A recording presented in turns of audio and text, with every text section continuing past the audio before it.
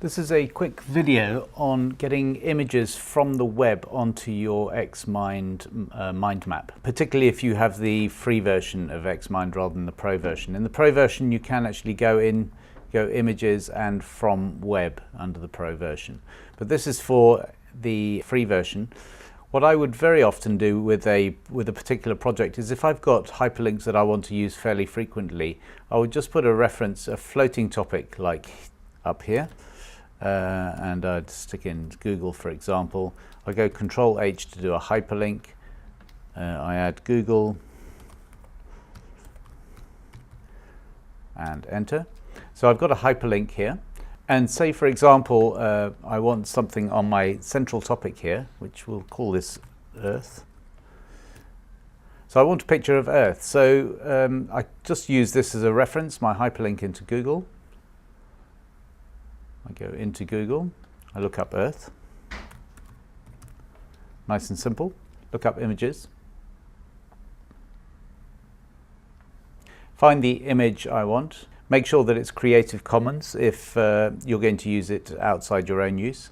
At this point I use the snipping tool, which is in most of the modern Windows versions, and I'm sure there's a version on Mac as well. So a snipping tool here, I do a new one, I just copy this image,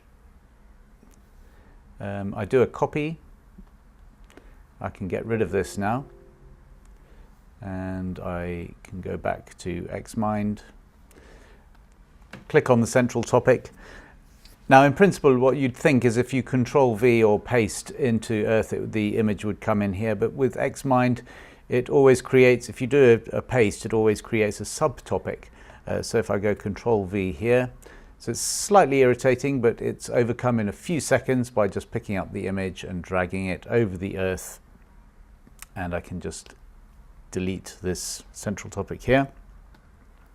If it's way too big for you, you just hold down the Shift key to constrain proportions. Drag it to the size you want, and there you have it. At the end of your project, obviously, you can delete these hyperlinks that you've been using, but they are useful. I use them quite often if I'm going to go and reference a website fairly regularly. Then I'll just stick it on a floating topic and delete it at the end.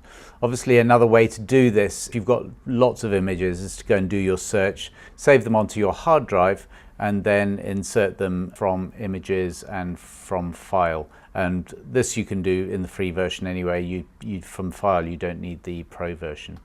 So that's images quickly onto your mind map from the web. I hope that helps.